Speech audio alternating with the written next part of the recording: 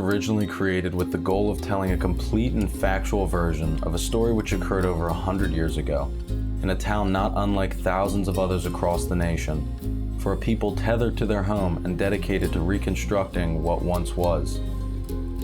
By the end of production, the film had morphed into something much different. The setting is Lewistown, a borough along the Juniata River located in central Pennsylvania, a mountain-based region with a population around 8,000, 92% of which are white and over 1/4 live below the poverty line. A once thriving area decimated by a flood in 1972 at the hands of Tropical Storm Agnes. The event on which this film is focused, one of the last great train robberies in American history. The pennies referenced in the title of this film, they were the treasure which was stolen during the robbery. This is not the story of the robbery itself, although it is important. This is the attempt to piece together the constituents of a history that parallels our own, to maneuver through the twisted webs of our own stories and the ones told before us. This is the journey to find the pennies.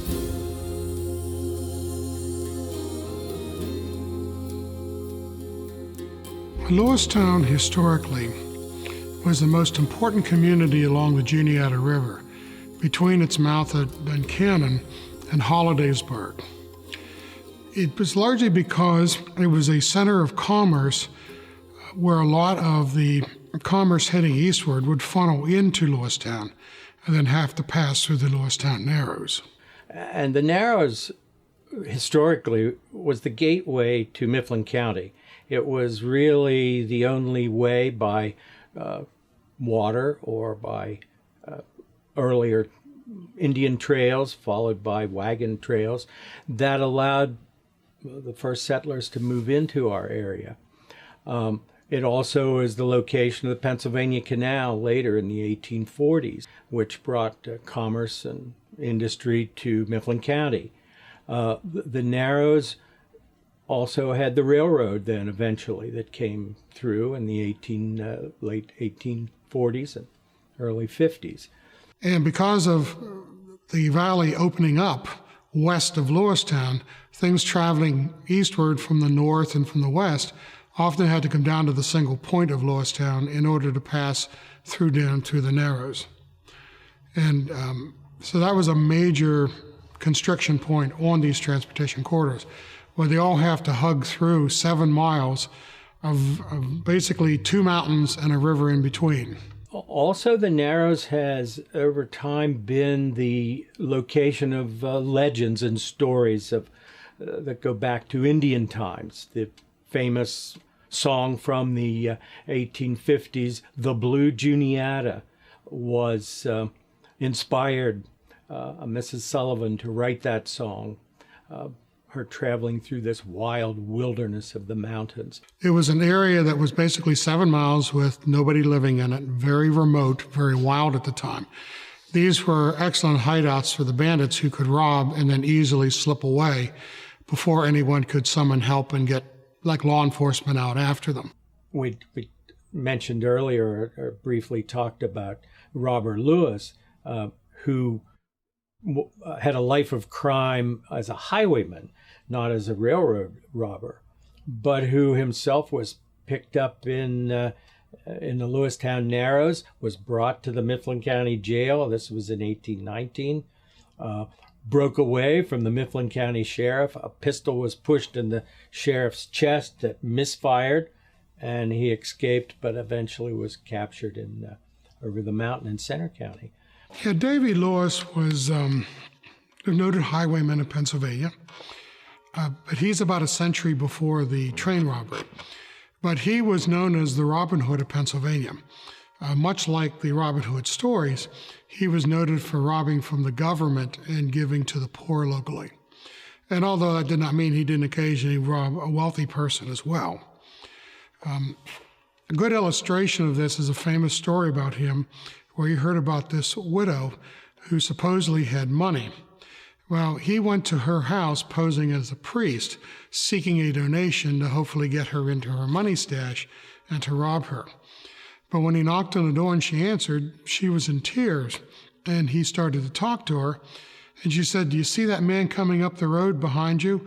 That's the sheriff. He's coming to take my cow because I can't pay my taxes.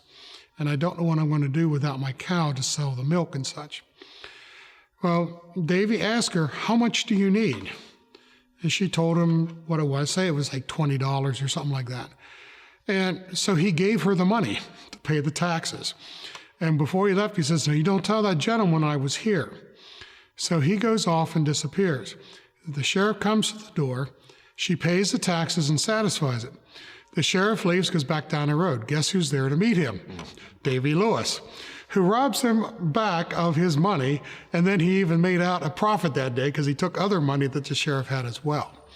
So that's kind of the guise of what Davy Lewis really was. The Lewistown Narrows was one of his haunting places because it was a long, barren stretch with very little people in it. So this is the setting for the train robbery. What we just found out, it's a little after midnight, February 27th, and Hayden not too long ago informed me that we had a bit of a situation on our hands. So the person who let us in the Lewistown courthouse where we shot this past Saturday overheard some of the interview that we were doing with Betty and Cherry, and she basically only heard the portion that was talking about the decline of Lewistown. So, as one can imagine, when you only hear that part, you come to think that me, the liberal arts student who's not from your area, is going to make a mockery of your town. And so she started contacting some other people and discussing this, and really started hurting our reputation amongst the people within Lewistown. So we've been working, me and Hayden have been working for about past 2-3 hours to contact everyone we possibly can to halt this and let them know that that's not the, and we got that's not the intent of this film. And no, it's definitely a pride thing, but it's an understandable one at that. You have to think you're people that are working really hard to make sure that their area is cleaned up and starts to become thriving again. And then you have someone who's not from your area, who hasn't been a part of that struggle and that productivity to get to a point where you're a better town and you benefit the people in the town. And I haven't seen that, I haven't been a part of it, so they automatically think, well, not automatically, but they might lead to think that because I haven't been a part of the struggle, that I'm just going to exploit them and take advantage of them. And it leads us to the question of that, we were just talking about, was that, is there really a explanation as to why this is my story to tell? Is there a justification to that? Because I'm not from the area, and I think that leads to a big part of the question of the entire film. And the more that I talk to these people, I start to realize that I really have to sell why I want to make this film to each individual person, and because of that, I think it makes it stronger. But so we're going to keep sending it out. As far as trying to bring the repercussions of this entire situation down, I'm doing we're doing the interview tomorrow on the Lewistown radio show at 8:30, and hopefully clear things up, because in a smaller town, people are a little more wary of filmmakers and cameras and everything like that, especially when you hear someone that you trust say they're just trying to exploit us. So right now we're doing a crisis control, and hopefully this is going to play out better than it has today. We will see. Yeah, it's cut. Yeah, so if you want to go into the robbery itself. Well, I like to say that history's our story. And certainly the story of the robbery is compelling, and was compelling at the time. It made the national newspapers, certainly along the East Coast, and has been reportedly, although I can't personally confirm this, that it was the last train robbery of that era. The robbery is often said to be the last true Jesse James style holdup of a train in America. It was somewhere in the nighttime hours of August 31st, 1909. It's a lone gunman, and he's described almost in a cartoonish fashion as wearing a gunny sack with an eye hole and mouth hole, holes for his arms, dynamite sticks in his pockets, and a revolver in each hand. And I even saw one account where claimed he was also wearing a cowboy hat on top of it. The engineer blew the whistle down around Mifflintown on his way through the Narrows. And when he blew that whistle, it inadvertently to him was the signal to the robber who lay in wait in the darkness of the Narrows. Somehow he manages to stop an express train. Now, these trains are not slow-moving trains. These were one of the crack trains. This was a passenger train. So it would have been traveling probably 70, 80 miles an hour. He was setting a cap on the rails attached to sticks of dynamite. And his plan was to derail the Pittsburgh Express, number 39, as it was referred to. Now, one way that he was able to stop him, he knew something about the railroad. Signaling at that time was still mostly mechanical. But if there was danger in the tracks ahead, your station masters or your tower masters along the way would place these small charges right directly on the rails. When the train approached the cap that the robber had placed on the rails, the cap detonated, but the dynamite didn't. But it gave a loud report, a loud crack into the night, enough so that the engineer slammed on the brakes, bringing this train to a halt.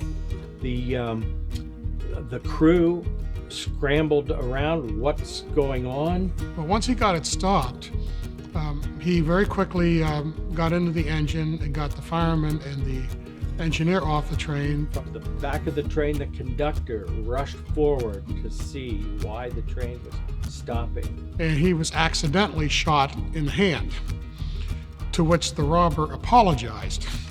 Before the engineer got there, the crewmen were already out, and he had them in his sights and was ordering them to move to the secure car, the mail car, the express car, where the gold, he assumed, was being stored. He then went to it was carrying two express cars. One of them, the express agent refused to let him in, so he went to the other car, and he was let in, and that particular car was carrying some gold bullion and cash, and supposedly 3 bags of the new 1909 Lincoln cents. Now, 1909 was the debut of the Lincoln cent, much of which were the newly minted Lincoln pennies, taking over from the old Indian head cents. Brand new Lincoln pennies that were being sent to the Federal Reserve Bank out in Chicago. So anyway, he gets away with these sacks of coins. He has the firemen help him carry some up the hill. The crew helped him under threat of death with pistols held on them. The bags are so heavy, imagine carrying around sacks of coins. They're not exactly the easiest thing. The coins were in bags, canvas-type bags, and they were put along the side of the tracks. Keep in mind, this was before lots of illumination, outdoor illumination, so it was dark just beyond the lanterns of the train itself. The hill is very, very steep. You've got the tracks down along the river. Think of change in your pocket and multiply it. And it's a long stretch, about a 3-mile stretch, from the east end where you're coming around the bend until you reach Lewistown. And right in the middle was the Hawstone stop. So most of it he basically left abandoned. And in the end, he only ever actually took 1 bag of money. So he picked up some of the bags, the legend states, he picked up some of the bags, 3 of them, leaving the heavier ones behind, and headed up over the hillside. And because it was so dark, he couldn't quite see what was in it. But what he ended up with when all the other money was recovered All he had was about $65 worth of pennies. The robber and his loot disappeared into the darkness. Now, the train proceeded, and eventually word came to Lewistown Junction, which was just a mile or so up the track, that the robbery had occurred. Immediately, the police are coming out, to the Lewistown Narrows. So this man had very, very little time to escape and get out of the area. Then ensued and unfolded what is somewhat confusing in terms of the events as reported in the newspapers. And for the next 2 weeks, they basically contained this large area. Bloodhounds were brought out. They weren't successful. Within that area, he robbed another couple and also was discovered in his lair in the mountains by a gentleman taking a shortcut through the woods. Noted in the local paper, he was in Maryland, he was in another state, he was somewhere, but never captured. At some point along the way, there's a feeling that he opened a couple of the sacks, sliced them open, grabs the one remaining sack, and takes off. Well, in very short order, the police are on the scene, and they recovered everything except $65. In pennies. So he gets away with $65. And then the legends start. Now, this is pretty cool. Matthew Gaynor, he's a Juniata College senior working on an honors thesis project. Matthew, first of all, where are you?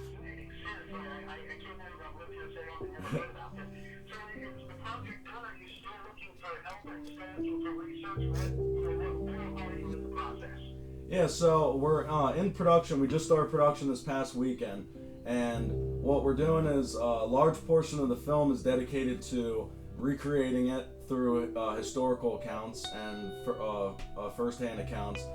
It's about searching for history as opposed to treasure and the value of that. So what we need is we're trying to find as many people in the area, or even not right now, but that have family members that told them the stories when they were younger or have told them now, or that know the story, to come on the camera and give first-hand accounts. And we want to depict Lewistown in a light and sort of romanticize the area and really give a chance to create and cement a history of the people of Lewistown through their own words. So we're looking for people that are willing to come and give short interviews and just give their it doesn't even have to be 100% correct or whatever they remember. Just we want to hear what everyone remembers about it and what everyone knows about it.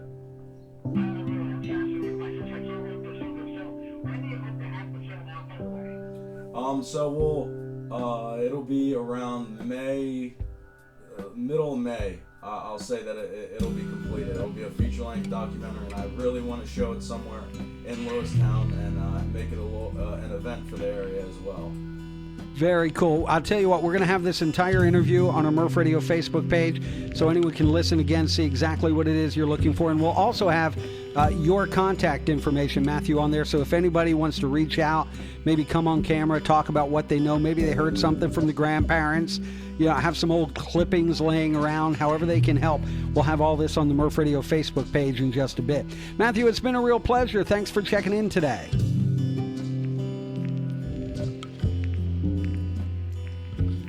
Merrill Davis, as I said, was a longtime railroad detective in this area. He had a very illustrious career at that. In fact, there's only one blemish on his record in all those years. The only case he was never able to solve was the train robbery.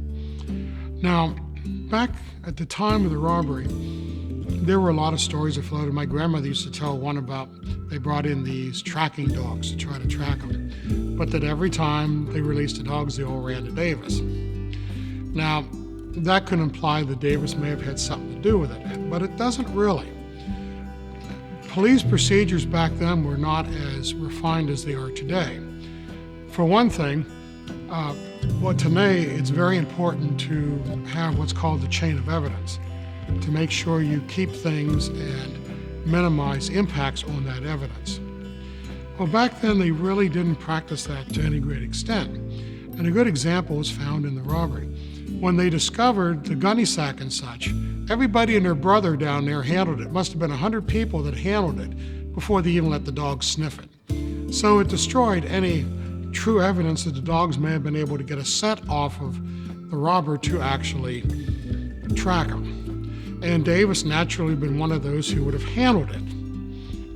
And so therefore he might have been the strongest scent on it, which is why the dogs would have run to him. Another interesting part of that is the one light. Yeah. Well, during the robbery, several witnesses on the train reported seeing a single light on the opposite side of the river. This would have been along the old highway at the time. That this light was rather slow moving and seemed to be paused there during the time of the robbery, but then later on disappeared. And Merrill felt that this was probably the best explanation of where the robber actually went to. Merrill's point was that the robber may have tried to make the searchers believe that he actually went up into the mountains, but instead he had some Confederates on the river who took him across by boat, put him in a car, and then spirited him away. Well, other than the fact that this light was there, he could never get any leads on this. And as the years passed, it was the one thread that he had hung on to that hopefully one of these days he might be able to finally discover who this was and how it was tied to the robbery. But Jesse had a wife to mourn for his life, 3 children, they were brave. But the dirty little coward that shot Mr. Howard and laid poor Jesse in his grave. And that's all I know. I'm John Michael McClay from Belleville. I've lived there ever since I was 3, about 20 minutes from Lewistown. Okay. So you went to what high school did you go to? I went to Indian Valley High School my freshman year, and then my sophomore year became Mifflin County High School, and that's where I graduated. Right now, my name is Anna Goff because I was married. I was a Fultz beforehand. I was born up here in Reidsville in 1930. I've lived here till, oh gosh, I forget what the year was. I moved to Harrisburg. Okay, Bob Hauer, 69 years of age. Back in January, I've lived in Lewistown all my life. Always liked history, not only for sports, but for regular history. Been a member of the Historical Society here for a good number of years. And I have good memory recall, so I enjoy going over and rehashing things out of the past and always looking for something new to dig into. How long has your family been in the area? I know my great-great-grandfather grew up in Belleville, so it's been a very, very long time. Okay. So as long as I can trace back my family history. My dad told me, he said, no, we used to walk down a railroad track every Sunday afternoon. We would take burlap bags with us and fill them with coal off the coal cars. And then my dad said, now I want to tell you something. He says, listen, be sure you know and remember. He said, this is the spot where Jesse James jumped off the train, took all the pennies up into the mountain. What was the first time that you heard about the robbery and the pennies and everything? I can't remember exactly. I've known about it for as long as I can remember. I know my dad driving through the Narrows always talks about there's a bunch of pennies up there someday and maybe we could go find them. So it'd be pretty neat. And what I recall is the train was in the Narrows. I can't say for sure that it was stopped at the time, but these hoodlums get in there and got this stuff, made off with it, and started somewhere away from the train. And I think they were grossly disappointed when they found all they had were pennies. And anybody that's fooling around with change knows it doesn't take much for it to get heavy.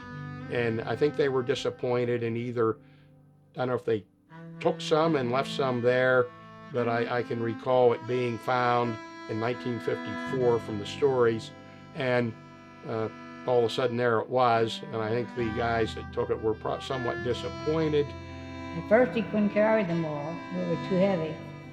And he said he took them up and had what he could carry, and he spent them there. Then he found a place up there to bury them, and he buried them underneath these stones and then covered it over. And he was supposed to have a marker, but nobody could ever find a marker. I don't know if you ever did or not. A long time ago, there was a train. I'm pretty sure it was coming into Lewistown, not going from Lewistown. And some guy robbed the train that was carrying a bunch of pennies, going to a bank, and he took up as many as he could. I can't remember exactly how many. I heard it was a lot. And he hid them up there because he was afraid he'd get caught. And he took off, and they were never found again. So He was about halfway up the mountain because he couldn't go any further. It was too heavy and too steep too, I think, because it's very steep right in that area. And he said he would, he looked through them. He said, I think I can go up there. So he did. He went up to the one spot and took the stones off and then put these stones back over all his pennies. But Fred Stoichev was saying, and I said he remembers this stuff. When Fred's in his mid-70s, I'm almost sure he said when they took this, they, maybe at gunpoint, made the porter, conductor like that, carry some of this stuff for them. If that was, I said, I don't remember reading that. I just know how long it took me to read it because I was so infatuated with it. Up into this area, now, here again, the landscape may have been somewhat different then, but to get up there and then, it doesn't, I think it was at night that they did this. I'm not sure, 100% sure, but I said they had to be grossly disappointed when they saw they had pennies, as far as that goes. I don't know personally. I've heard stories of many guys who hunt or fish in the area that happen to look, but I'm sure there's been guys with metal detectors that have been up there that I haven't heard about because obviously it's a very valuable item that people want to find. Story of my cousin when he was young, there was a guy that had a pie truck, never really is, and of course they'd get in overnight, and these kids would like to take pies, and they'd hand them out, and here the guy that get in the truck and was handing a couple, 3 pies out, grabbed one for himself, and it was dark, and they all went somewhere to eat them, and he looks at his, and he got rhubarb. Probably one of the worst pies a kid could want, and he handed them out. So this is similar to these guys finding they had pennies. Do you have any recollection of sort of the discussion of the value of the pennies, or? No, because nobody ever found them that they know of. I mean, unless somebody found them and never turned them in, maybe a couple of days so they wouldn't get caught on it. That's my only theory. Being a coin collector, that was the premier penny to get. The 1909 S VDB was probably the most valuable one, and then they had a couple other ones without the VDB on, I think, and without the S. So like I said, there might have been 3 or 4 varieties of the first Lincoln cent. Here again, I don't have the S. But what have you heard about the worth or the value of the pennies? I can't remember exactly. I want to estimate it as $1,000 a penny, but that was a while ago, so it's probably even more than that today. Okay, for each one. Mm-hmm. Okay. No, not at all. This was just something that when I first heard about it, I thought, oh, find something like that. Mm-hmm. And I was kind of intrigued, even at that young of an age, finding it, because I would be riding with my parents or grandparents down the Narrows. That was way up there. And I said, man, the guy's up there walking around to find something like that. And I also wondered how it stayed buried so long. Of course, I'm not sure what was off the beaten path or where they actually found it, but that was hunting and fishing down that way. And also, I don't think too many people went there. That was a haven for rattlesnakes, from what I understand, too. My grandpa might know something. He's a historian. He's very interested in Mifflin County history. So, do you want me to call him? Yeah, let's do that. Actually, get the. Other than that, I don't know. And then my dad said he'd come back down the mountain, and he almost missed the train because he was up there messing around with the markers and stuff. And that's pretty much what I know about that section. But then there was a song written. Do you have that?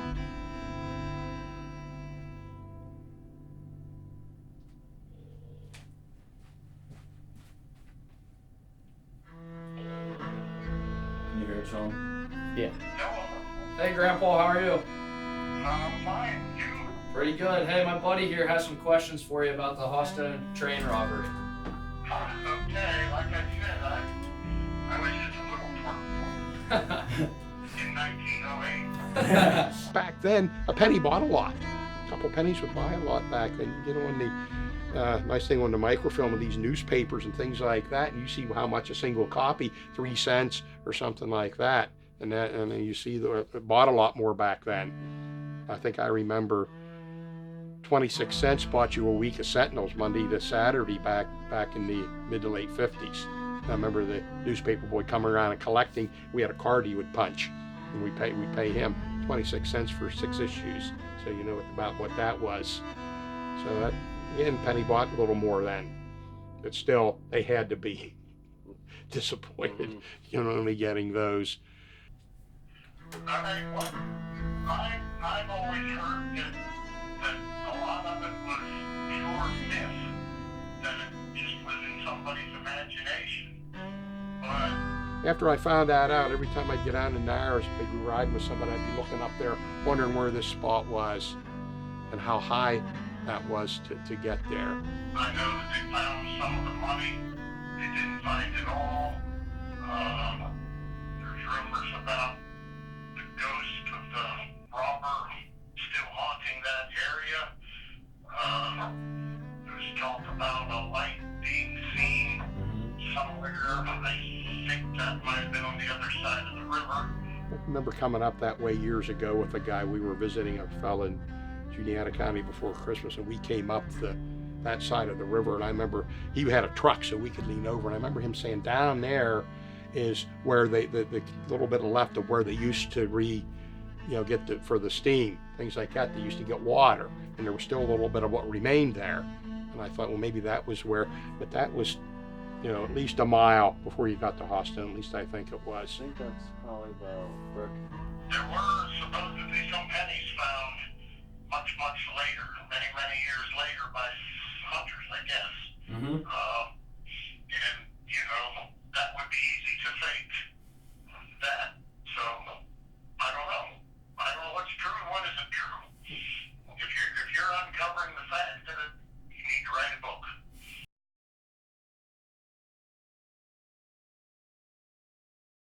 I would speculate that 95, maybe even 98% of the treasure legends that are out there are phony. They're made up by authors to sell books, and the only treasure they're interested in is the treasure they're going to find in your pockets. So if we jump ahead almost 5 decades to the 1950s, 3 hunters were out in the woods in the Narrows in deer season, coming down off of a high ridge, and as is common for hunters as they sort of slide along a leaf-littered forest floor, their feet kicked up leaves and soil, and one of the hunters kicked up something different. And upon further examination, it was sort of a clump of metal. And on even further examination, it was realized these were clumped coins. And in a close look, they were 1909 pennies. The family, 2 brothers, John and Albert Dubendorf, were hunting along with Charles Bell. And those 3 constituted the party that discovered the coins. Several thousand coins were discovered. It made the local newspapers. Articles appeared in the Lewistown Sentinel connecting this find to the old penny train robbery of 1909. And so ensued this rather interesting continuation to the story, to the robbery story of the finding of the pennies. In the 1980s, one of the sisters of the Dubendorf brothers, Claudette Dubendorf, donated one of those pennies to the Mifflin County Historical Society, along with her written declaration as to what the penny was, where it came from. We have that penny and the other corroborating information that she provided at the time in our files. Can remember as a youngster, could have been anywhere from 12 to 14, my dad talking one day about pennies being found in the Narrows. I said, "Oh, what happened?" He says, "I'm pretty sure Dad said the guys that found them got to keep them." And it was a long time before that, and I didn't think much more about it. I know over the years in the story, it has often been said that the pennies were VDB pennies and that they were very valuable. Although I have only just cursorily looked at some pennies from the robbery, what I am told from a few coin experts locally is that they are in fact not VDB pennies. There were more than one of different types of pennies that were minted. The VDBs, if I understand correctly, the initials with the designer and were a little bit larger on some of the mintage, but not necessarily all of them. But the ones that were purported from the robbery itself do not appear to be actual VDB pennies. But I can recall it being found in 1954 from the stories, and all of a sudden there it was, and I think the guys that took it were somewhat disappointed. For one thing, I knew John Dubendorf, one of the brothers that found it. I knew him for years, and he was a high school wrestler at Lewistown in the mid-40s, and I also knew him from hereabouts in town, and he owned a tavern just outside of town. And all those years I didn't know he was one of the ones that found her. I'd like to have gone over that with him, and then I think he passed on before I found out that he was one of the guys that found it. Since 1954, the stories remain the same. 3 hunters go up the mountain, and they come down local legends, making the greatest discovery in the town's history. That story hasn't been touched until now. You know, there's these pennies, you know, out there laying on the side of the mountain, and they're 1909 VDB pennies, and they're worth, you know, $1,200, $1,500 a piece, you know, and there's, you know, 6,500 of them out there somewhere, you know, and so it's millions of dollars, and that's what the people think. That's not what happened. They found all except $65 worth of pennies. So if they found every cent except the $65 that he took with him, then there's no pennies laying on that hillside. You know, he took everything with him. And there's no verification there were ever any pennies laying on that hillside. Yeah. And even though these pennies are VDB pennies, they aren't San Francisco Mint. They're Philadelphia Mint. Now, had they been San Francisco Mint VDBs, they in mint condition, MS-65 condition, they would be worth approximately $1,200 to $1,500 a piece today. They were from Philadelphia, so they're worth $2 or $3 a piece. Yeah, maybe $10 a piece in mint condition. That's what they sell for today.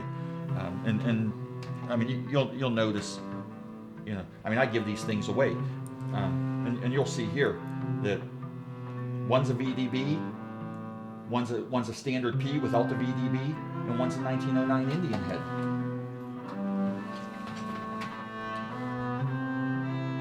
You know, which are essentially worthless today.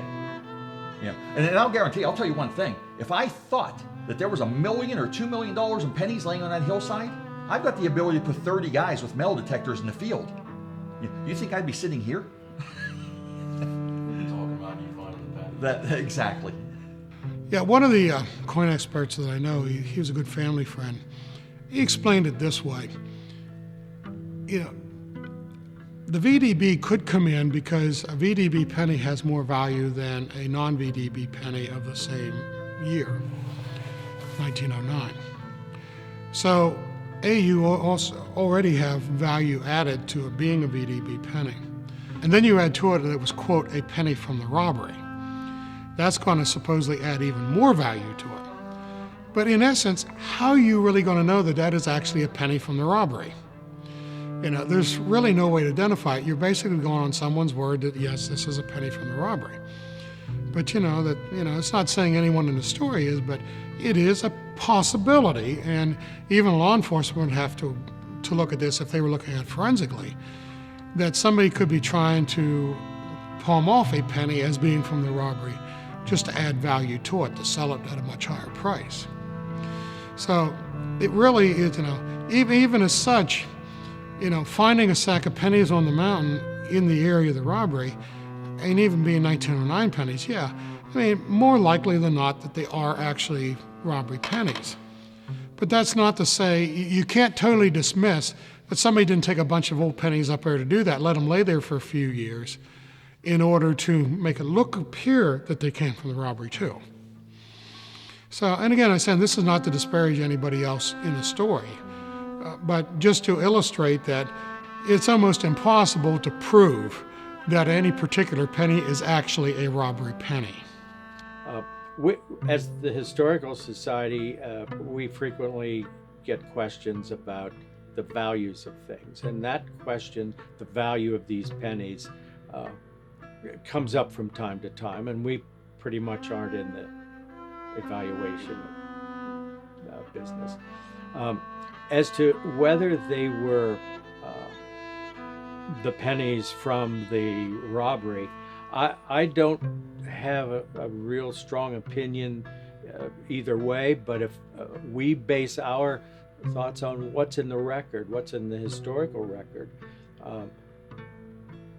accounting for 4,000 1909 pennies found by a group of people who presented them to the local press at the time, 1954, and asserted the story that they did at the time. Certainly seems to me, at least it was believed in the local press, in the locality, and the individuals directly involved believed that's what they had found. I have no thoughts about what could have caused 4,000 pennies to find their way on the side of Broad Mountain down there. I can remember something years ago. I used to collect glass insulators that we used to be in, and I always got mine legitimately. But I do remember hearing stories about ones that had very little value, that there was a coating that was put on some of them to increase their electrical resistance that made them look like carnival glass. That somebody took some of these clear ones, put actual carnival glass color on them, put them up on poles, photographed them with wires on them, and then sold them as purported true insulators. So, yes, there are unscrupulous people out there that will do this stuff. And again, I'm saying it's not the saying that Dubendorfs or anyone did this. They could be legitimate, as I said, they could very well legitimately have found them. That maybe they were planted by someone else. I know there has been some quibbling over, are they the exact pennies that were on the train? Can you verify that? I'm not sure you would, unless they were in the bank bags of the era, that could be determined that there's a more tangible connection. Yeah, that is always among the different possibilities. It could be that the Dubendorfs and Bell were, that they legitimately found a cache of pennies on the mountain, and that they were 1909s in the rough vicinity of the robbery.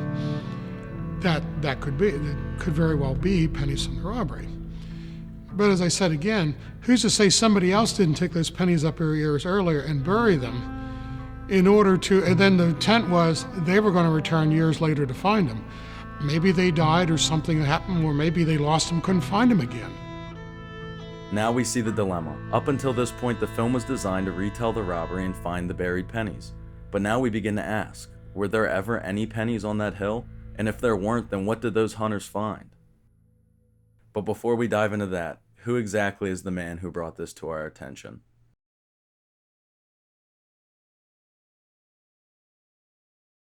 I'm H. Charles Beale. My primary degree was in history from Duquesne University.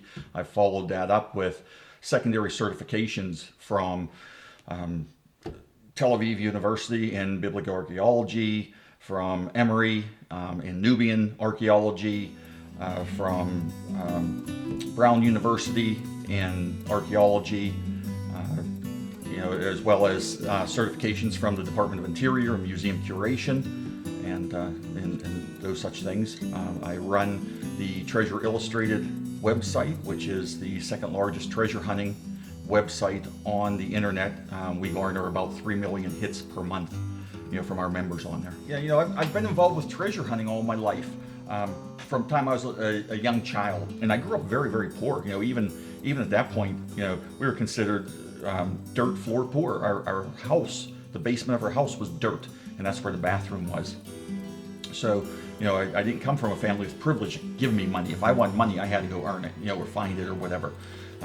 So I found out that I could access these sewers from a big opening down near the river. And it was like being Tom Sawyer, going through the sewer with your flaming torch and looking for anything that glittered, on the floor of the sewer and picking it up. So, we'd collect up these coins. Unfortunately, rats' eyes also glitter. And these sewer rats are big, big rats. Well. And so you get a little bit older, and by the time I was about 10 or 11 years old, I was pushing lawnmowers and mowing grass and whatnot, and I bought my first metal detector, and this is back in the 1960s. And in the 1960s, metal detectors were unheard of. Everything was virgin ground. You could go out to the county park and literally pull pockets full of silver out of those county parks at that time, because you were hitting them first. Nobody had ever been there before. And, you just had these beep and dig detectors. If it beeped, you dug, because there was a piece of metal there. And, along with the silver coins came all the pull tabs as well. The nemesis of treasure hunters, pull tabs. Rolling along, I started at Duquesne University, got my degrees. Got away from treasure hunting for a little while, with raising the family and getting married and all of that. And once we moved to Connecticut, got back into it with the beaches. Bought myself a big sport fishing boat. And, we did a lot of water hunting, that sort of a thing. And I've been around treasure hunting all of my life. I can remember being a young child sitting on my great-grandfather's lap, and he would tease me about a particular treasure. And this legend came down through my family about, this treasure in Pennsylvania. There was a treasure of silver, and the treasure map was in a chock full of nuts can up on top of the Frigidaire. He always called the refrigerator Frigidaire, and he always say, when I die, you get up on that Frigidaire and you get that treasure map. That's yours. And my great uncles would all tease me about it, because they felt that his father was just leading me on, but that little push is one of the things that gave me the motivation to become a treasure hunter. And when he died, the first thing I did was I ran in there and grabbed a chair and grabbed that treasure map, out of that chock full of nuts can, and I pursued that for 20 some years, until I finally found it, and so. Today, I run the website. We do nationwide expeditions of treasure hunting, and I'm actually to the point that I bury my own treasures. I found so much that it's my way of giving back to the community that has done so much for me. Now back to the pennies. We begin our search with the police archives of the area. Hi, I'm Matt Gaynor, and this is Hayden Snuck. We're from Juniata College, and we're doing a documentary on the Narrows robbery back in the early 1900s. And we, part of the documentary is going into when a group of, do you know anything about the legend? Okay. And, well, there was like buried treasure basically of it, and some hunters in the 50s found some of it. And part of the documentary is an investigation into whether or not that was actually true. And part of it was that they had turned into the police at the time. It was in the 50s, and the police basically just said, okay, thank you, took record of it. So we were looking to get, we had contacted initially, and I think it was a confusion because the person I talked to from here had thought that we were looking for the 1909 stuff, the early stuff, and that was with the state police. But I was wondering what the archive situation is, and how we get records. Yeah. Okay. Regional police, Mifflin County Regional did it for a while too, but now there was a Lewistown Borough Police before that then too. And where all those records are, I had no clue. I knew they're not here. Okay. I have no idea. Probably, it's honestly, the person we're probably going to get information from today would know where we would best do that. Yeah. Forrest Fisher. Do you know Forrest Fisher? Do you know Forrest Fisher? Yeah. Okay. That's what we've heard. Okay. All right. Okay. Well, thank you very much. Thank you. Have a good one.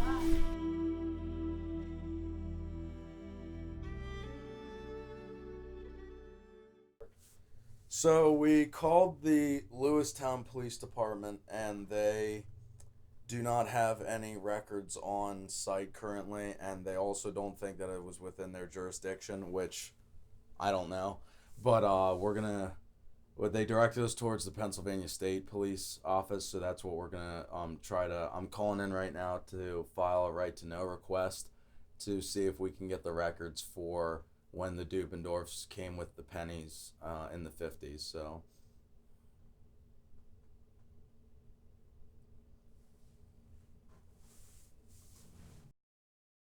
what? Have fun with that. All right, so now we figured out that we have to get a subpoena and hand deliver that to the state headquarters. So that's the next step. Cut. I'm Betty Ann Cherry, a retired prof in history from Juniata. Lived all my life in Huntingdon, married a Lewistown man whose father had bought the electric company and turned it into a bus company in the 30s and early 40s. So I have been in Lewistown off and on since 1950, but have not lived here. I don't think Lewistown was in any way atypical in terms of depression and coming out of that. And the 40s and 50s and 60s were the big days. And it's been downhill since. Bethlehem Steel, it was in Burnham, which is next door to Lewistown. And Visco was on the hill beyond the railroad in town. Both of them did stuff for the war effort. And they were the two primary industries, and they continued until Agnes, Hurricane Agnes in 72, which flooded everything. Okay. And that was really the beginning of the end. Types of things in a town like Lewistown. Well, we have our things that have happened around here too. Some good, some not so good. And I try to remember a lot of these things. The 72 flood was bad, and some other things that have happened as far as some nice events like that. And it was always nice to, oh, I remember that or whatever. And I'm getting to the age now where I remember a lot of things. So the 60s, that is when the company started. I would say they may have begun to have less business, but there was certainly no talk of their moving out. Once they had the flood in 72, Burnham, like Johnstown, both of them, steel plants couldn't open again. It wasn't worth anybody's while. So you have a massive relative term, but compared to the demography, you have massive unemployment very quickly. And it's that kind of thing that I think small towns have trouble coming back from. Yeah, living in valleys between mountains, you tend to huddle close. It's not like, you can't spread out like you can in New York City, where it's miles and miles of buildings and skyscrapers and such. But even there, within that, you have enclaves of people. And I bet you go in there, you'll find there's stories there too. Maybe of something that happened in that particular area, or remnants of a history. To get back the kind of industry you had is difficult, not only because of money, but times change, and what that industry was at the time it ceased operation isn't what it needs to be the 6 or 8 years later that it's going to take to build it up. Witness the coal. That was important for this in this election and still being talked about. You had generations of coal miners in Pennsylvania, West Virginia, the mountains. It's not there.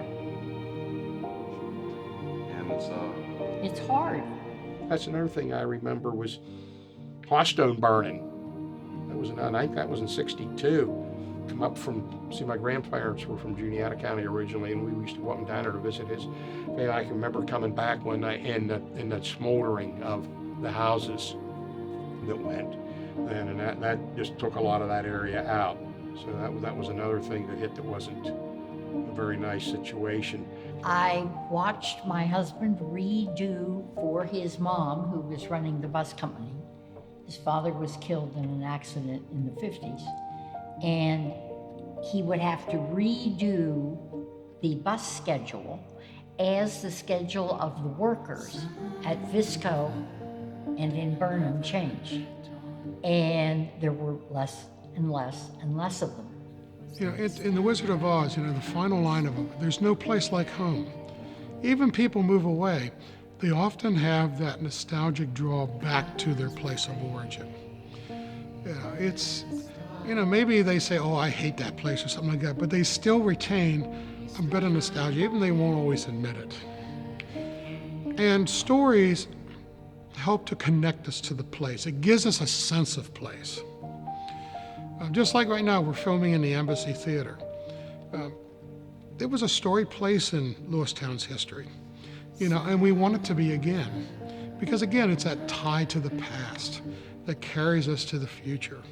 Would you say there's a difference in, because we talked about the industries and sort of how, would you say that the people changed, sort of like the culture of the people shifted throughout the years, or do you think it's remained somewhat? I think it's probably remained somewhat the same. And Lewistown is at the beginning of what geologically are a whole series of small valleys that go until you hit the plateau beyond Crescent onto Pittsburgh. And there is a sense, I think, that the environment in which you live plays a large part in the perspective you have on life, other people, everything. Narrow valleys do not lend themselves well to broader perspectives. Now that just may be a hypothesis of mine that goes nowhere, but I don't think that the basics of those persons change. Not necessarily. It's not necessarily bad. It just is. And I think they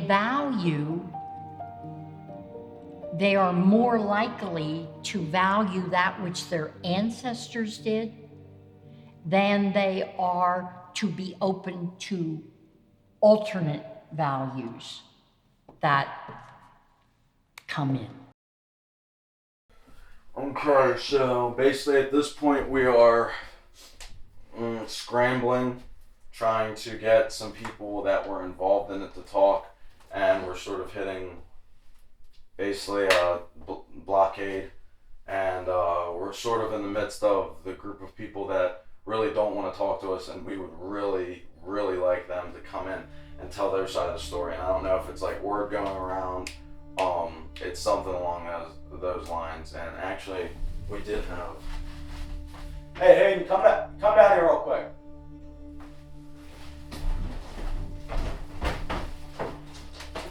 So who's in contact with us tomorrow? Who are we interviewing tomorrow in base? At the camera? Yeah. I lost it. Yeah. Basically, Jason Bulick. Jason is the nephew of Johnny Dubendorf, and Johnny Dubendorf is the son of the Dubendorf that found the pennies while they were out hunting. And because the son doesn't want to talk to us, correct? Right. Jason said on the phone yesterday through a phone conversation we had with him that basically Johnny would want to have like nothing to really do with this at all, and it's kind of stressful. Yeah. Because we want the direct contact to the primary source of it. Yeah. Yeah, because it's become the basis of the film, and we because we are in contact with a Bell, with the Bell, and what? How we got in contact with him? John Bell is a teacher at Mifflin County High School, and I had him as my business teacher. I went there for high school, and his dad is the actual bell that was there and scuffed up the pennies supposedly and found them. So should be interesting if we get to talk to him. If we get to talk to him. And I mean, you guys have been around as we've made like 100 calls, but what's getting frustrating at this point is that it seems like there's this group of people that don't want to talk to us for a specific reason, and they're all connected to the people that found the pennies. Yeah, including we talked to the coin person, and who's remaining nameless and not mention a location or anything, and they just don't. That people don't want to touch this right now. Just everyone was fine with the robbery and the treasure and the folklore and everything like that, but once we get to the point of this, it's sort of people hint at it, people walk on eggshells around it. We talk to all the historians, and they say it really politically of like, well, yeah, I could see that being the truth, that maybe they aren't the exact pennies, but it's not my position to say. No one will be ever to say, and it's sort of people that have accepted it as a reality that they're just not going to know the solution, and whatever's happened has happened. So, and it's getting to the frustrating point, and we're going to continue because we've been in contact with Adams, the Adams Finance Company, with Adams Express, and I haven't heard back there, and which I thought they would like because it's their money. Yeah. But even though it was back then, and need a subpoena from the state for the state police archive. So basically, the best guess is the railroad detective archive, because that's what Merrill Davis was when he was investigating. So we will see. It's getting stressful. Yeah. It's like there's a closed door that they don't want to open almost. Yeah. But all right, you can cut it.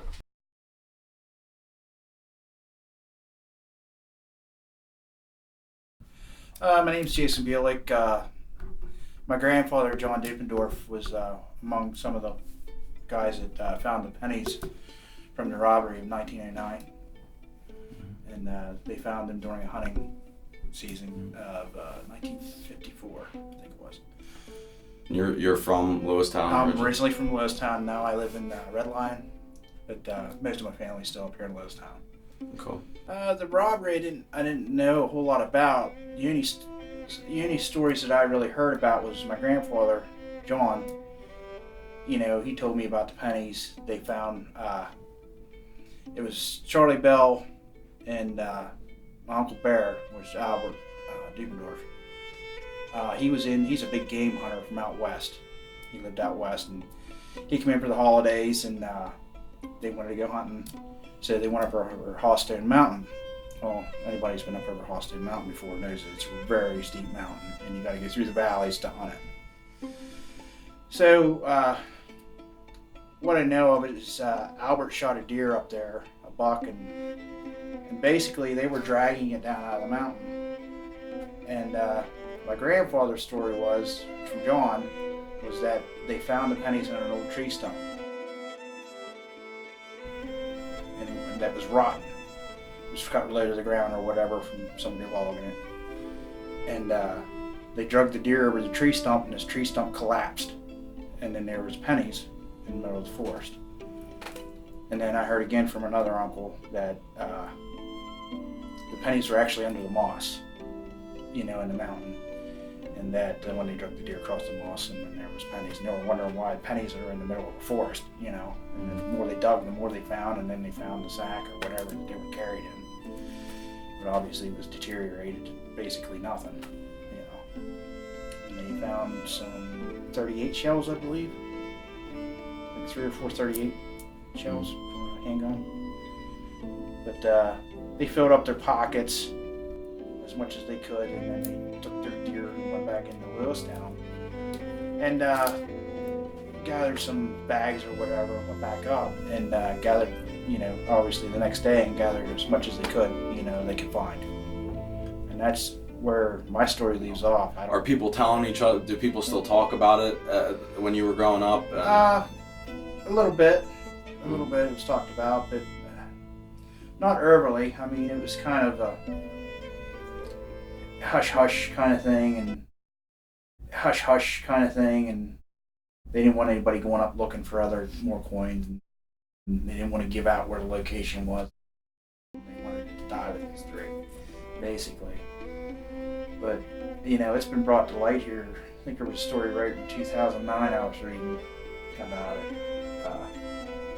And it kind of triggered my memory a little bit from when I was a kid. And so I became interested in it again, and started reading a little more about it. And so your grandfather, did this garner him a lot of local legend status kind of deal? I'm sure it did back in the time, you know, in the time frame. And because it wasn't, I mean, that happened in 54, and then in 64 he was racing and running track championships and stuff like that. So he kind of became a local hero, if you will. So. Yeah, cool. And do you know what they did with the? I could not find a lot on what they did with the majority of the pennies. Do you remember? Did they keep them, or if they sold them or anything? I thought they always turned most of them in. Mm-hmm. But other than that, I couldn't tell you. I know I was given 2 when I was a kid, and I didn't even. I just actually cleaned one up. I knew you're not supposed to do that. Yeah. I cleaned one up to make sure it was proof that I had them. Mm-hmm. Each time we think we have this puzzle piece together, it gets messier and messier. Why was the discovery kept under the radar for so long? Initial stories stated that they handed the pennies over to the police, but we can find no records of that. What happened to those pennies? Initially, we were told that the pennies involved were VDBs, but these aren't. Were the reports wrong, or were they? At this point, we had more questions than answers, until we made contact with a coin expert who asked to remain anonymous. We have altered his voice in order to keep his identity a secret. Out that they were given and said, ooh, this was one of the pennies that was involved in the train robbery, and we just wondered if you could restore it in some way. And I looked at the coin and I said, well, I don't think this is one of the pennies that was in the robbery. They said, why not? And I said, well, if the records are historically accurate, there were 2 types of 1909 pennies made that year. Mm-hmm. The first pennies made that were hot off the press had Victor David Brenner's initials on the back of the coin on the bottom. Very prominent, VDB. Well, they made a couple of million of those, and somebody said, wow, you know, that's pretty arrogant. His initials are too big. He needs to scale them down. Okay? So they stopped making those coins, and I don't know if they put. I don't think they put VDB on them anywhere until like 1915. Okay, but the first coins off the press were the ones with the large VDB on the bottom on the back. Well, the coin she presented to me didn't have that. Mm-hmm. So it's like somebody's wrong somewhere. Okay. And anyway, stories are floated back and forth. Oh, they found this, they found that. There's a couple hundred in this group. You know something? It's impossible for anyone to stand there and be definitive about knowing anything, because they don't. Okay, and all that anybody that you interview could possibly do is make themselves look like a stooge. You follow where I'm coming from? Yeah. Can't really be certain about anything. Yeah. If they find them, they did. But they kept it quiet for a long time.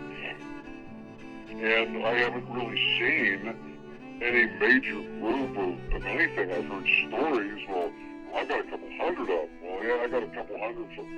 Okay, I haven't seen anything. I just heard talk.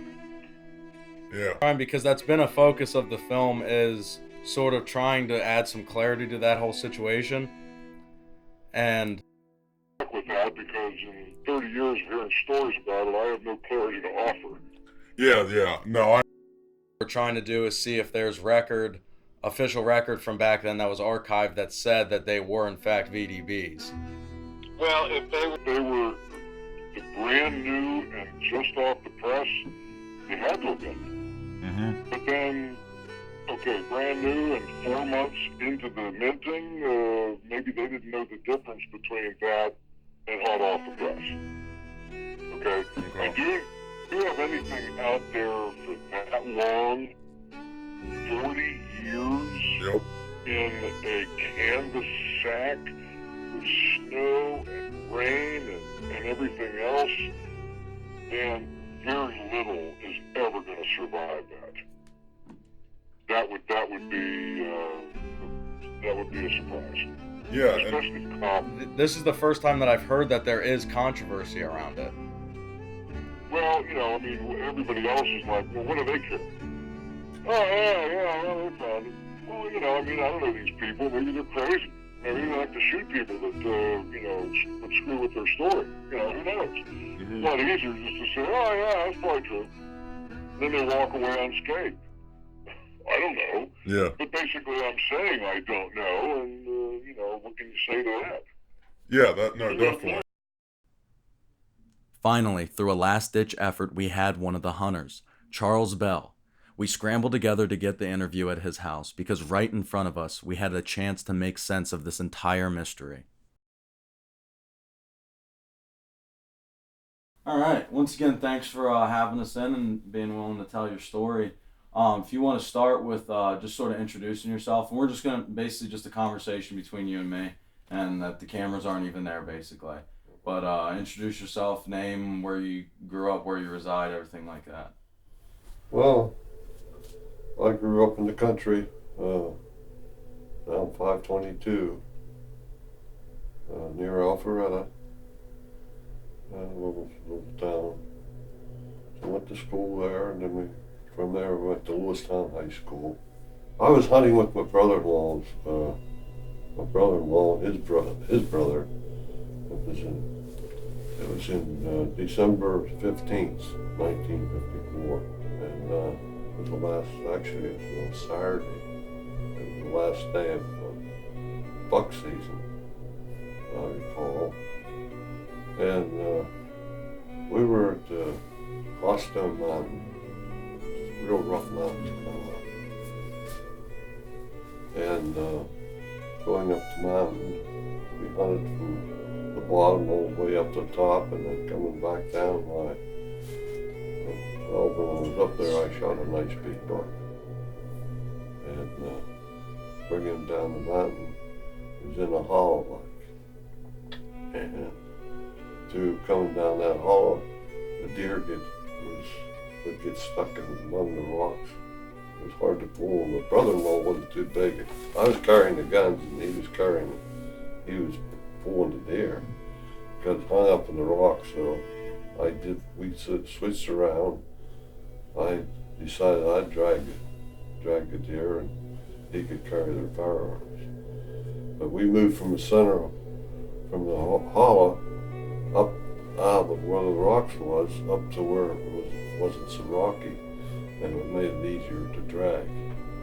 And we got down there so far on the side of the mountain,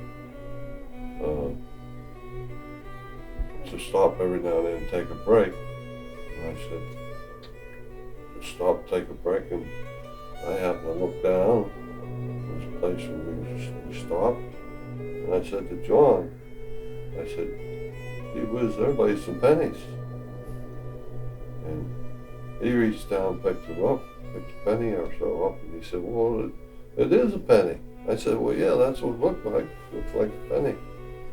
So his brother was down in the hollow further, and hollered at him, got all excited, and come up through, and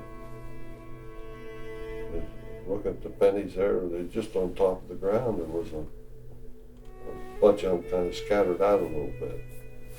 So I took the soil, the loose soil you get on the ground. I just took my hands down there and grabbed that soil and picked it up like a blanket, you know. Picked it up, and it was just laying full of pennies in there. And brother-in-law, he really got excited about that. That was something. And he hollered for his brother to come up and be trying to figure out what's going on, what happened, what's all these pennies doing up here in the mountain. It happened to be my brother-in-law's brother. He was older than us, and he said, got to talking, and he said he remembered something about a train robbery. And back when he was a kid, so decided what they might do. So they went to the Sentinel and got the newspaper back in 1909. There it was, a train robbery, and that's how we discovered it was in the papers then, back then in 1909. And that's how we discovered the pennies. And we was looking through the pennies, looking at them, you know. Someone mentioned, well, it's a wonder we can't find more than just pennies. And it was hard to believe until we found out that we got the information from the Sentinel. And so we took the pennies home and divided them up as much as we could. We didn't count them out 1, 2, 3, but we figured we had something like 3,700 pennies. And my brother-in-law, brother went back to his house and he bought a bucket and a rake and a shovel, brought stuff back. We were in the mountain there from, it must have been around 3 o'clock or something in the afternoon to about 6 o'clock and later in the evening. It was kind of dark when we came out of the mountain. And then we got them home and divided the pennies up. A handful here and a handful there. And kind of just roughly figured 3,700 pennies possibly there. And over the years they spent, my brother-in-law, our agreement was we were supposed to, one person knew what he wanted to do with the pennies, that everybody else should know too. So be fair about it, equal to everybody. But that didn't happen that way. My brother-in-law sold off different pennies. He got information in the mail. And I guess he was a little hard up for money, so he'd sell them for whatever he could get for them. But So then when you guys brought them down, you're real excited, I can imagine. And so did you you just divvied them up, and did you contact anyone as far as like the press or like the Sentinel or anyone? The Sentinel, yeah. So that, and you told them that you had found okay, and the police weren't involved or anything? No. Okay. John seemed to get the most letters. People offer him so much money for a penny, you know. And after they found out they weren't worth too much, well, the mail kind of cut down. So were the people that were contacting him, were they wanted to buy it because they were the pennies from the robbery, or because they knew that they were 1909s? What would you say was more? I'd say a little bit of both, because the train robbery plus have the mint marks on it. Yeah. And then you said that John he sold a few of his. Yeah, he'd sell for whatever he could get for them, it seemed like. Of course, he didn't tell me about it. How long after was he? Did he start selling them, and then? Would you say, was it immediately after, or a few years down the road, or? Yeah, I'd say pretty much right after. But, being my brother-in-law was all local, and like I said, he felt he needed a little bit of extra money, so that's what he did. So you were saying, you said a gang from State College came up. When was that? Well, it's been a while, probably a couple of years now. Yeah. But they come over and they wanted wanted me to direct them where the finding of the pennies was. Of course, I couldn't do that. And they were making it sound like they were going to do big things with them, you know. So we didn't do anything about it. When you say, of course, was that just because you couldn't remember where exactly it was, or you guys just wanted to keep it to yourselves? Well, over the years, yeah, pretty much that way, yeah. That's it. Now we have a motive, as John Dubendorf sold the pennies in a time of need, but there's no record to prove it wrong. Financial hardship has proven to lead many down dark paths, but was it enough to manufacture this entire story? Where could they have gotten 4,000 1909 pennies? Why would they never let anyone go back? Why didn't they return to dig for the rest of the coins? The story doesn't make sense if the pennies were truly there, yet the story doesn't make sense if the pennies were there. The records of the time are essentially gone, the accounts back then are all misleading. The truth hesitantly waits back behind a veil of 100 years of generational tales and seems to be gone with the robber himself disappearing through the mist of history. We were disappointed, both by the fact that we couldn't prove the story to be a hoax or the truth. We had no concrete ending to this mystery, but then we realized, isn't that the point? I believe, as I've said earlier, that history is our story. And I mean that not only personally when you do a genealogical search and find your roots, it also applies to your little town or your community or your county, and in our case as being the County Historical Society. And surprisingly, a lot of that connects with the greater history. You think about what legends are. You know, they're stories that have their basis in actual fact, although sometimes they get embellished over time. This story does have embellishment to it. Over time, it's natural. But storytelling really is all about entertainment. Even this film you're doing now is a story about the robbery, and it's done for entertainment value. You know, think about our ancestors thousands of years ago sitting around the campfires at night. What did they do to entertain themselves? They told stories. Those stories are the fabric by which a community binds itself together. You don't have evidence in small towns of the kind of mindset that says, I'm at the center of the world and all that matters is what affects me. Because you can't live that way as easily in a small town. From my viewpoint, I value strictly facts.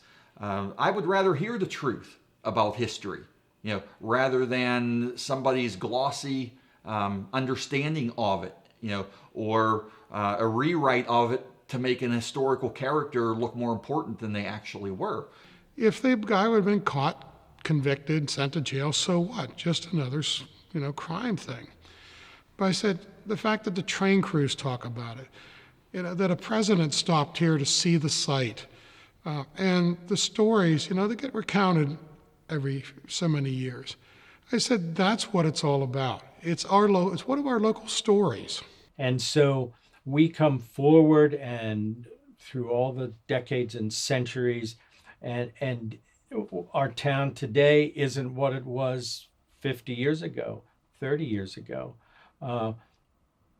But people will stand at our town square and they'll look out and they'll say, a battle of the French and Indian War happened just a mile away. Soldiers in the Civil War gathered in this square and marched off in early April of 1861. World War I, soldiers answered the call in 100 years ago. It's a great story. It's a great tale, and most treasure legends are great tales. But typically, it didn't happen exactly as the tale portrays it. They don't want everything solved. We want to have those unanswered questions, because that kind of drives us forward. when you have a mystery that's been around for a long time, and somebody comes along and finally purports to solve it, it often seems to be a big letdown, because we love those mysteries. And I think that's really what the story's all about. It may bring someone to the topic and allow them to do thorough or more detailed research that turns up something else. Obviously, history, that is to say oral histories, are prone to memories and the lapses therein. But I wouldn't have it any other way. I want that element of our story. Sure, we're going to find the facts, we'll publish them, and talk about it. That's what brings younger individuals, students, to history. It may be that Poe story, it may be some other story we tell. It's all part of the mix, and I understand the desire to have facts, as Joe Friday said on Dragnet, just the facts, ma'am. Well, we give the facts. I say we in the general term of local history. But we also want to hear the tales, that which gives our lives color. It's something that goes back to when humans first, sat around the campfire at night, looking up the sky, making stories about patterns of stars they saw in the heavens, or maybe recounting events that happened in their culture to pass them down to the next generation. So I think it transcends socioeconomic classes, that each one has theirs. The wealthy had their stories, the poor had their stories, and they're all woven together into the fabric of history. So we have these things in history that, we try to sweep under the rug. We don't want people to know about, So we either don't talk about it or we rewrite it. We have to know where we came from, either on a personal level or, as I said, on a community level. I don't think you can go wrong ever by telling the truth. Absolutely. Absolutely. Stories matter. Yeah, the robbery's truthful. Yeah, that's a great story by itself. Yeah, the fact that the pennies are missing is truthful. Mm-hmm. It was the Adams Express Company and the Pinkertons that were involved, and the Pennsylvania Express train. Those are all true facts. But from there, what do we really know? We don't know anything except that $65 was missing in the end. Cut and dry. That's it. $65. You don't know if it's up on the hillside. You don't know if he got away with it all, and you don't even know who the bandit was. I think, to sum it up, really, back at the time of the robbery, the reporter who wrote the initial stories made a quote in the story. And it was that he believed that this story would go down in the annals of history as one of the great mysteries of central Pennsylvania. Now, this was said right at the beginning of all of the reporting on this. And think now, 110 years later, how prophetic that statement was.